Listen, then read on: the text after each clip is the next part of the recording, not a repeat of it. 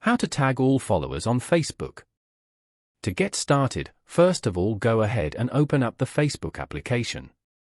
As you can see, you will then be brought to the Facebook homepage. Here, you can view posts from friends and pages that you follow on Facebook.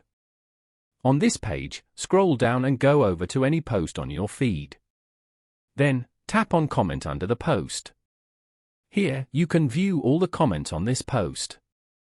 Now, tap on the comment box and type in the @ key. From here, select Highlight.